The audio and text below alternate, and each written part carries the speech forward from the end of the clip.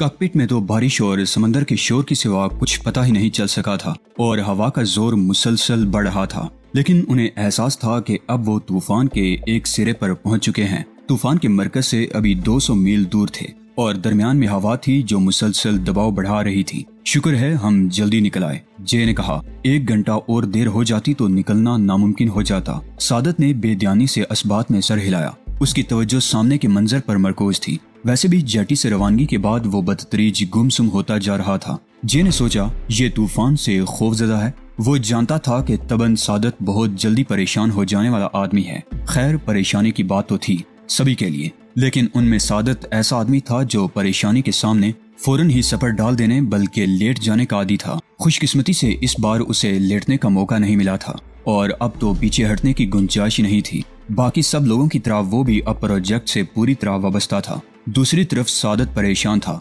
जिंदगी में वो पहला मौका था जब वो अपने लिए खौफजदा और परेशान नहीं था। कश्मीर में उसके अंदर जो तब्दीलियां रुनुमा हुई थी, इसकी उसने जे को हवा भी नहीं लगने दी थी। वो जे को कैसे बताता कि अब वो हुसूल दौलत के लिए नहीं, एक काज के लिए, अपनी कौम के लिए काम कर रहा था। इस वक्त उसे तूफान से डर था तो अपने लिए नहीं बल्कि डेविड कैली के लिए। उसे लिबरेशन फ्रंट के मुस्तफा के अल्फाज अब भी याद थे। वो अल्फाज इस वक्त उसकी समात में गूंज रहे थे। मुस्तफा ने कहा था, तुम्हें एतमाद में लेना इसलिए भी जरूरी था कि कोई गड़बड़ होने की सूरत में तुम कश्मीर के मफाद को फोकियत दो, इसके मुताबिक कदम उठाओ। और मुस्तफा ने यह भी कहा था, याद रखना टाइफून की जिंदगी बहुत अहम है। सो अब सादत को अपनी जिंदगी की नहीं, डेविड कैली की जिंदगी की फिक्र थी जो टाइफून की सूरत में एक यकीनी खतरे से दो चार होने वाली थी। जे पर दीवानगी तारी थी। समुद्री तूफान के दौरान सफर दीवानगी ही था और सादत जे को नहीं समझा सकता था। सफर के दौरान उसने जे को समझाने की कोशिश की थी कि पहाड़ी खो बहुत महफूज पनाहगाह है। वो वहाँ उस वक्त तक छुपे रह सकते हैं जब तक पुलिस की सरगर्मियां सर्द ना पड़ जाएं।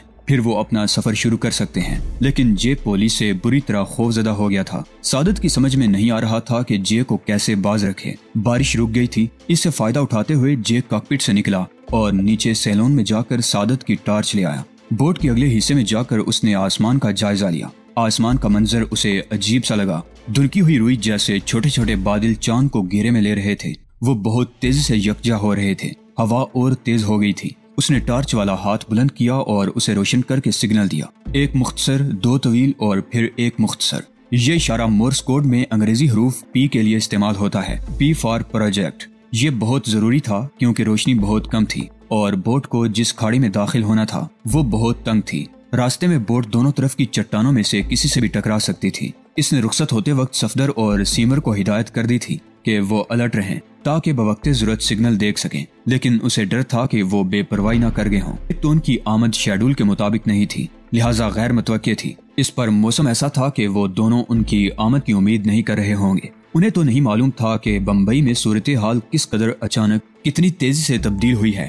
पहले सिग्नल का कोई रद्द-ए-अमल नहीं हुआ तो उसने दोबारा सिग्नल दिया और फौरन ही तीसरी बार भी। अब भी कोई रद्द-ए-अमल सामने नहीं आया तो वो परेशान हो गया। बोट अब खतरनाक मकाम से बमुश्किल 4 मील दूर होगी, लेकिन उसे आगे कुछ भी नजर नहीं आया था और मौजें बोट को और तेजी से इस तरफ ले जा रही थी। फिर अचानक उसे जवाबी सिग्नल नजर आया। रोशनी का मुख्तसर इशारा जो 5 सेकंड के वक्फे से 3 बार दिया गया और रोशनी खतरनाक हद तक करीब नजर आई थी। जे तेजी से कॉकपिट की तरफ लपका। रफ्तार कम करो, उसने सादत से कहा, और रोशनी को देखते रहो। सादत ने बोट की रफ्तार चौथाई कर दी। बोट अब अमलन हवा और मौजों के जोर पर आगे बढ़ रही थी। दूसरी तरफ अब 2 टार्चें रोशन थी और बोट उनकी समत बढ़ रही थी। सादत ने बोट को खाड़ी के ऐन वस्त में दाखिल किया। जे ने जल्दी से लंगर गिरा दिया। सादत ने इंजन को रिवर्स किया और लंगर की तरफ से मुतमईन होने के बाद इंजन को बंद कर दिया। चलो जल्दी करो, कश्ती में उतारता हूँ। जे ने सादत से कहा, तुम कश्ती में जाओ, मैं बोट के खुसूसी रेडियो पर 4 बजे वाली मौसम की खबरें सुनूंगा। और जे जरा जल्दी करना, मैं तूफान का सामना यहाँ नहीं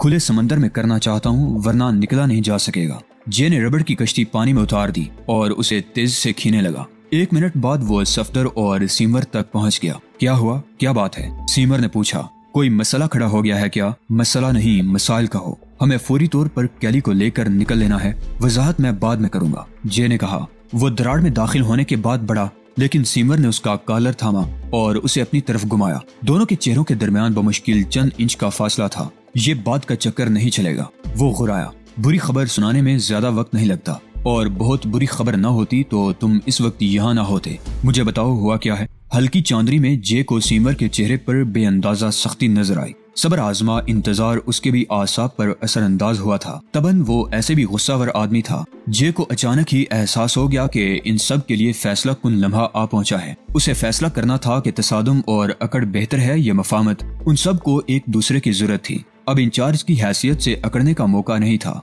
उसने हाथ बढ़ाकर सीमर का कंधा थाम लिया। ठीक है तो यही सही, लेकिन हमारे पास वक्त कम है। तूफान आने वाला है। इससे पहले हमें खुले समंदर में पहुंचना है। यकीन करो ये जरूरी है, इसलिए कि तुम ताड़े जा चुके हो और एक एक करके हम सब बेनकाब होने वाले हैं। मैं ताड़ दिया गया हूँ। मैं समझा नहीं। तुमने खबरें नहीं सुनी। 10 बजे आखिरी बार सुनी थी। कोई नई बात सामने नहीं आई थी। अब सामने आ चुकी है। तुम्हारा चेहरा मुल्क भर के टीवी स्क्रीन की जीनत बन चुका है। वो तुम तक पहुंच चुके हैं और जल्दी तुम्हारे तवस्सुत से हम सब तक पहुंच जाएंगे। बल्कि मुमकिन है अब तक ऐसा हो भी चुका हो। इसलिए कह रहा हूं कि हमें फौरी तौर पर निकल लेना है। कराची पहुंच गए तो सब ठीक हो जाएगा। इसके बाद कश्मीरी खुद हमें तहफ़्फ़ुज़ फराहम करेंगे, इसलिए कि वो मजबूर हैं और इसी में उनकी बेहतरी है। उन्होंने मुझे ट्रेस कैसे किया? सीमर के लहजे में उलझन थी। ये मुझे मालूम नहीं।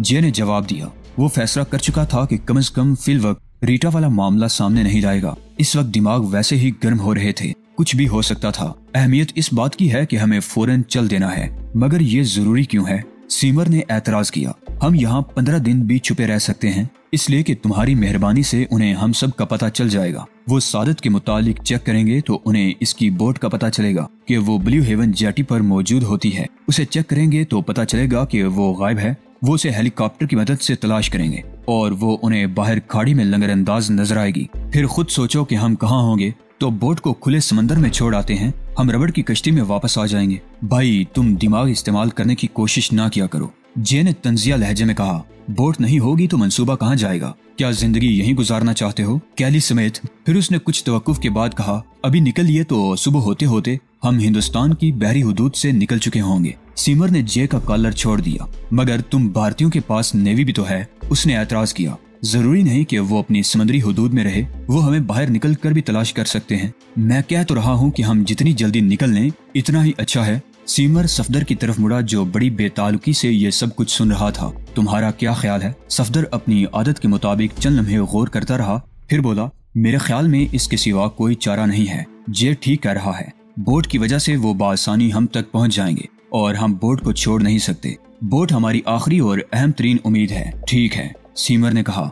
फिर वो जे की तरफ मुड़ा। बताओ हमें क्या करना चाहिए? बस इतना कि कैली को बाहर निकाल लाओ। जे ने कहा। उसे फिर लीडर बनने का मौका मिल गया था। बाकी सामान यहीं छोड़ दो, सिर्फ खाने पीने की चीजें ले लो और तेजी दिखाओ। वो तीनों तराड़ में घुसे और खो में पहुंचे। तीनों ने हेलमेट पहन लिए थे। जे ने सबसे पहले अपने रिवॉल्वर पर कब्जा किया। अचानक एक ख्याल ने उसे चौंका दिया। वो लर्ज कर रह गया। उसे सादत की हिचकिचाहट और सोगावारी याद आई। फिर याद आया कि उसने खबरें सुनने का उज़र पेश करके बोट पर ही रहने का फैसला किया था। वो तूफान से डर रहा था। इतनी देर में वो बोट लेकर वापस जा सकता था। जे ने दिल ही दिल में खुद को अपनी हमाकत पर कोसा।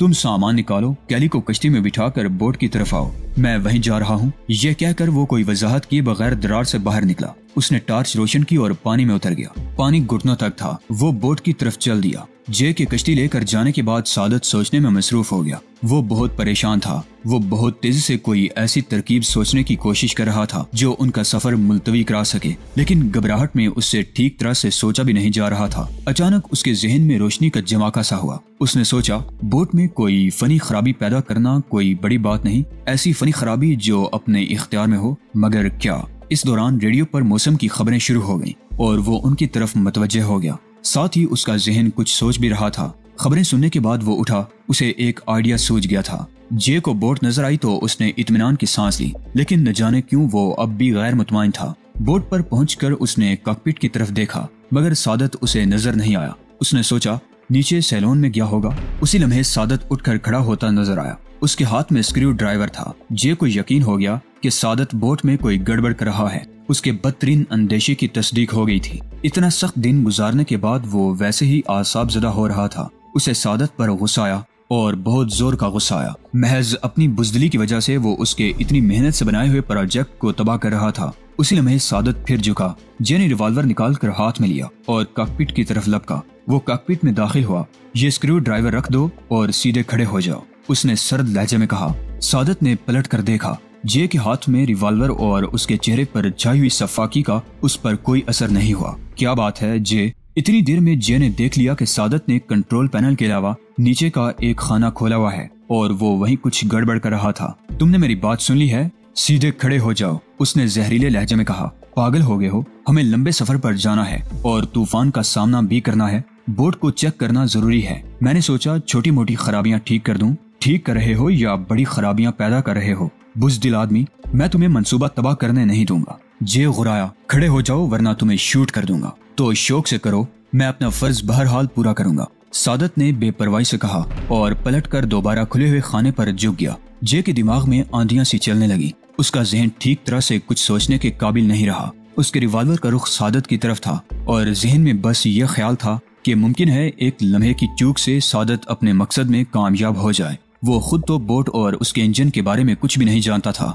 वो यकीन से नहीं कह सकता था कि उसने बाइरादा ट्राइगर दबाया या वो गैर इरादी हरकत थी। बहरहाल 2 फायर हुए थे और सादत चीख मार कर ढेर हो गया था। अब जे रिवॉल्वर झुकाए फटी फटी आंखों से उसे देख रहा था। वो सख्ते किसी कैफियत में था। जे जे, सादत टूटी फूटी आवाज में उसे पुकार रहा था। जे जैसे किसी ट्रांस से निकला। वो बड़ा और सादत के पास जाकर घुटनों के बल बैठ गया। उसने सादत को सीधा किया। दोनों गोलियां पीठ में घुसने के बाद सीने से बाहर निकली थी और दिल से यकीनन बहुत करीब थी। सादत खून में नहा गया था। सॉरी यार सादत, छोड़ो इसे, मैं अब मर रहा हूँ। सादत की आवाज बेहद धीमी थी। तुम्हें ये बताना है कि तूफान ने रुख बदल लिया है। वो अब पोरबंदर और सूरत की तरफ मुड़ गया है। इतना कहते कहते वो हाँफ गया। जे, कैली को कुछ न होने देना। फिर वो जेरे लब कुछ कहने लगा। जे ने उसके होंठों से कान लगा दिया। सादत कलमा पढ़ रहा था। सफदर और सीमर डेविड कैली को दरमियान में लिए दरार से गुजार कर बाहर लाए। कैली कदम कहीं रख रहा था और पढ़ कहीं रहे थे। एक तो वो सोते से उठाया गया था,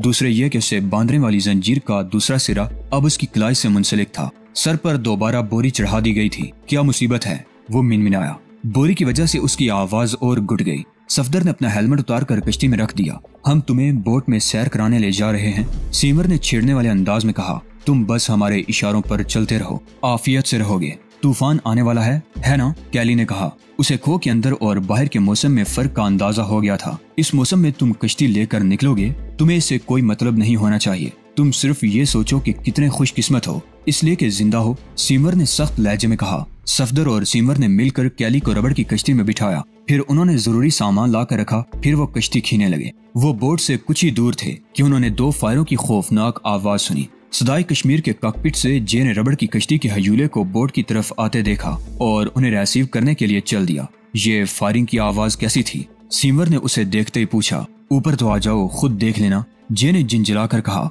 फिर उसने सफदर का बढ़ाया हुआ सामान लेकर ऊपर रखा और उन लोगों को ऊपर आने में मदद देने लगा। अब बताओ ना, क्या हुआ है? सीमर ने ऊपर आते ही बेताबी से पूछा। आओ मेरे साथ, जे ने कहा। वो सीमर को कॉकपिट में ले गया। वहाँ का मंजर देखकर सीमर की आंखें फटी की फटी रह गईं। ये सब क्या है? तुमने सादत को शूट कर दिया। वो गद्दारी कर रहा था, जे ने सर्द लहजे में कहा। वो जानता था कि ये एक और नाजुक मरहला है। इसे सादत को पूरी तरह मुजरिम साबित करना था और खुले हुए कंट्रोल पैनल और खाने की मौजूदगी में ये कोई दुश्वार काम नहीं था। वो बोट को नाकारा बनाने की कोशिश कर रहा था। सीमर कोई ने खुले हुए पैनल का और फिर खुले हुए खाने का जायजा लिया। दोनों जगह चंद स्क्रू खुले हुए थे। स्क्रू ड्राइवर नीचे ही पड़ा था। सीमर ने सर उठाया और जे को सर निगाहों से घूरा। लेकिन तुम इस पर वैसे भी काबू पा सकते थे, शूट करने की क्या जरूरत थी? वो हाथ नहीं रोक रहा था और मैं जानता था कि बोट को कितनी तेजी से नुकसान पहुंच सकता है, बल्कि हो सकता है पहुंच चुका हो। सीमर ने स्क्रू ड्राइवर उठाया और खाने के खुले हुए स्क्रू कसे। फिर वो पैनल की तरफ मुतवज्जे हुआ। उसके स्क्रू कसने के बाद उसने पैनल को बंद कर दिया। फिर उसने इंजन स्टार्ट किया। वो फौरन ही स्टार्ट हो गया। सीमर ने इत्मीनान की सांस ली और उठ खड़ा हुआ। अब इसका क्या किया जाए? उसने लाश की तरफ इशारा किया, गोया उसने हकीकत को कबूल कर लिया है। जे ने सोचा, फिर बोला, समंदर में फेंकना होगा, लेकिन यहाँ नहीं, आगे जाकर फेंकेंगे। सीमर ने कहा। वो बेहद पुरसुकून दिखाई दे रहा था। अब मेरा तुम्हारा हिसाब बराबर हो गया। एक कत्ल मैंने किया और एक तूने। मैंने तो प्रोजेक्ट को बचाने के लिए इसे शूट किया था, जे ने मुदाफाना लहजे में कहा। और मैं इस बॉडीगार्ड को शूट ना करता तो खुद कहाँ होता और तुम्हारा प्रोजेक्ट कहाँ होता। खैर छोड़ो इस बात को, तुम बोट चलाओ, मैं सफदर के साथ कैली को नीचे पहुंचा कर आता हूँ। जे बाहर निकला। सफदर डेविड कैली के साथ अर्शे पर खड़ा था। उन्होंने कैली को सैलून में पहुंचाया। उसके सर पर अब भी बोरी थी। जंजीर का दूसरा सिरा उन्होंने लोहे के बेड के पाए से बांध दिया। फिर वो ऊपर आ गए। जे ने देखा सफदर का चेहरा फक हो रहा था। क्या हुआ, मुझे भी बताओ, उसने कमजोर लहजे में पूछा। जे ने इसे सादत के मुतालिक बताया, फिर वजाहत की। मैं मजबूर था। सफदर ने मुंह फेर लिया। फिर अचानक ही उसने क्या कर दी। क्या बात है, तुम ठीक तो हो? जे ने पूछा। तबीयत कुछ खराब है? बहुत देर से जी मतला रहा था, सफदर ने कमजोर आवाज में कहा। जे ने उसका हाथ थाम लिया। अरे तुम्हें तो बुखार है, तुम नीचे जाकर आराम कर लो कुछ देर। सफदर बगैर एक लफ्ज कहे नीचे चला गया। जे का अंदाजा था कि उसे सादत की मौत का बेहद दुख हुआ है। जे कॉकपिट में चला गया। सीमर वहां सादत के छोड़े हुए चार्ट्स का जायजा ले रहा था। बोट अब खुले पानी में सफर कर रही थी। उसने जे से कहा, सादत मर चुका है, सफदर को समंदरी बीमारी लाहिक हो गई है। समंदरी बीमारी? जे ने हैरत से कहा। मेरे ख्याल में तो ये मलेरिया है, उसे बुखार भी है और उल्टियां भी आ रही हैं। नहीं, वो सिक हो गया है, मैंने ऐसे बहुत से केस देखे हैं। तूफान में इसकी हालत और खराब हो जाएगी। सारी अलामात समंदरी बीमारी की हैं। सीमर कहते कहते रुका। मैं ये कह रहा था कि 2 आदमी कम हो गए, ये बड़ा मसला बनेगा। समंदरी बीमारी हो या कुछ और, सफदर को काम तो करना पड़ेगा। जे बोला, कैसी बातें करते हो, वो इस सफर के दौरान मर भी सकता है। मैंने ऐसे कई केस देखे हैं और तुम इसके लिए कुछ कर भी नहीं सकते। तुम्हारा अपना क्या हाल है? मुझे कभी ये बीमारी लाहिक नहीं हुई, अब भी नहीं होगी। बहरहाल अब हम दोनों ही इस बोट के जिम्मेदार हैं। 5:30 बजे कल्याणी थाने के इंचार्ज ने फोन करके बताया कि औरत को होश आ गया है। इसके बारे में जो मालूमात हासिल हुई थी, उनके मुताबिक वो एंग्लो इंडियन थी, नाम रीटा था, गैर शादीशुदा थी और अकेली रहती थी। जगन्नाथ फौरी तौर पर अस्पताल पहुंचा। डॉक्टर ने उस पर वाज़ेह कर दिया था कि मरीज की हालत अच्छी नहीं, उसे ज्यादा देर परेशान ना किया जाए, उसकी याददाश्त ज़ायल भी हो सकती है। जगन्नाथ वार्ड में चला गया। मरीजा बिस्तर पर लेटी थी। उसकी नम आंखें किसी गैर मरी नुक्ते पर जमी थी। ये कहना दुश्वार था कि उसने उसे देखा है या नहीं। उसके अंदाजे से तो हरगिज जाहिर नहीं होता था कि वो उसकी मौजूदगी से वाकिफ है। मिस रीटा, जगन ने उसे पुकारा। रीटा की निगाहें बदस्तूर खला में घूरती रहीं। मिस रीटा, मैं एक पुलिस अफसर हूँ, मेरा नाम जगन्नाथ है, आप मेरे चंद सवालों के जवाब देंगी? रीटा ने पलकें झपकाईं, मगर उसने जगन की तरफ नहीं देखा। मैंने कहा ना, अभी उससे पूछने का कुछ फायदा नहीं, डॉक्टर ने एहतजाज किया। ये तो आपकी बात समझ भी नहीं रही है, किसी मुस्तकिल नुकसान का खदशा तो नहीं? जगन ने डॉक्टर से पूछा। मेरा अंदाजा है कि 24 घंटे में ये नॉर्मल हो जाएंगी। आप कल सुबह इनसे पूछगछ कर सकते हैं। आपको अंदाजा नहीं है कि ये कितनी अहम गवाह हैं, और कल सुबह तक तो बहुत देर हो जाएगी। प्लीज आप मुझे सिर्फ 2 मिनट की मोहलत दे दें, मुमकिन है ये कुछ बता सकें। डॉक्टर ने कंधे झटक दिए। जगन 2 मिनट तक कोशिश करता रहा, मगर रीटा की नजरें जहाँ जमी थीं जमी रहीं। बिल आखिर वो वार्ड से निकल आया। वो खुद को बहुत बेबस महसूस कर रहा था। अब वो चट्टानों के दरमियान बेहद तंग रास्ते से गुजर रहे थे। वहाँ जेब पर सीमर की एक और खूबी खुली। वो बोट को बड़ी खूबसूरती से स्टेयर कर रहा था। रास्ता तंग भी था और सीधा भी नहीं था। एक मोड़ पर सीमर के बचाते बचाते भी बोट एक चट्टान से टकरा गई। सीमर ने जे से कहा, तुम व्हील संभालो, मैं जाकर चेक करता हूँ कि बोट को कोई नुकसान तो नहीं पहुँचा। बोट को 80 दर्जे पर रखना, ये हमारे असल रास्ते से करीब तर है, बाद में हम और दुरुस्त कर लेंगे। तुम बातें ऐसी कर रहे हो जैसे इन मामलात के मुतालिक बहुत कुछ जानते हो। तुम भूल रहे हो कि मैं अमेरिकी नेवी में था। ये तमाम बातें तो मैंने तरबियत के दौरान ही सीख ली थी। मैंने 6 माह बारूदी सुरंगें साफ करने वाले जहाज पर गुजारे हैं। तुम्हें नहीं मालूम, वो तजर्बा कोई मामूली तजर्बा नहीं था। जे ने व्हील संभाल लिया। सीमर कॉकपिट से चला गया। बोट अब पहले से ज्यादा उछल रही थी। हवा बहुत तेज थी। फिर अचानक की बारिश शुरू हो गई। वेदर स्क्रीन के पार देखना मुश्किल हो गया। बोट के साथ साथ कंपास भी बुरी तरह हिल रहा था। ताहम जे सुई को 80 दर्जे पर रखने की कोशिश करता रहा। वो दिल ही दिल में सीमर का शुक्रगुजार था। सीमर का तजर्बा, उसका हौसला, उसकी कुव्वत काम आ रही थी। वो न होता तो अब तक मंसूबे का न जाने क्या हशर हो चुका होता। लेकिन उसे रह रहकर याद आता कि जो कुछ भी हुआ है वो सीमर ही की वजह से हुआ है। इसकी वजह से अब पुलिस उसका नाम भी जान गई थी, वरना किसी को कभी मालूम न हो पाता कि डेविड कैली को अगवा करने वाले कौन थे। वो जानता था कि सीमर मिजाज का बहुत तेज है। उसने जेब में हाथ डालकर रिवॉल्वर के दस्ते को छुआ। रिवॉल्वर की मौजूदगी का एहसास बहुत खुशकुन था। सदाए कश्मीर का सामने वाला हिस्सा एक मुहिब मौज के सीने पर उभरा और इतनी तेजी से नीचे की तरफ आया कि देखकर लगता था बोट समंदर की तह में उतरने से पहले नहीं रुकेगी। फिर पूरी बोट लर्ज कर रह गई। उसी लम्हे एक और मौज ने फिर बोट के अगले हिस्से को अपनी दोश पर उठा लिया। पानी की एक जबरदस्त बौछार वेदर स्क्रीन से टकराई, फिर पानी छपाके के साथ अर्श पर गिरा। जे अब भी व्हील संभाले हुए था। अब उसने वेदर स्क्रीन के पार देखने की कोशिश तर्क कर दी थी। पानी और जागों की वजह से ये मुमकिन भी नहीं रहा था। इसके लिए खुद को संभालना और बोट को उन मौजों के ऊपर से गुजरते देखना जो कॉकपिट की छत की सतह से भी बुलंद थी, कुछ कम नहीं था। अब रास्ते की इतनी अहमियत नहीं रही थी क्योंकि बका का मसला दरपेश था। फिर भी वो कंपास पर नजर रखे हुए था। सीमर ने कह दिया था कि 10 डिग्री इधर या उधर से ज्यादा फर्क ना पड़ने दिया जाए। सबसे अहम काम यह था कि किसी बिखरी हुई मौज को साइड पर ना लिया जाए, ऐसे में बोट तिनके की तरह उखड़ सकती है। सीमर कोइन को कॉकपिट से गए बहुत देर हो चुकी थी। वो आधा घंटा नीचे सलोन में रहा था। फिर वो बोट की चेन वाली कोठड़ी में गया। उसने बोट की बाहरी सतह को चेक किया। उसके बाद अर्शे के वो तख्ते हटाए जो बोट के पैंदे को डांपे हुए थे। वहाँ से वो आया, लेकिन उसने जे को सूरत हाल के मुतालिक कुछ भी नहीं बताया और इंजन रूम में चला गया। वहाँ खासी देर रहा। समुद्री खबरें हर 1 घंटे बाद नशर की जाती हैं। जो बोट समंदर में होती हैं वो उनसे खराब मौसम का इस्तेफादा करती हैं। सीमर कोइन वापस आया तो 7 बजे वाली खबरों का वक्त हो रहा था। खबरों से पता चला कि तूफान का मरकज अब बम्बई से 345 मील दूर जुनूब मशरिक में है। सीमर समुद्री नक्शे पर खासे हिसाब किताब के बाद पेंसिल से निशान लगाता रहा। फिर वो जे की तरफ मुड़ा। कश्ती में पानी दाखिल हो रहा है। बिल आखिर उसने लब कुशाई की।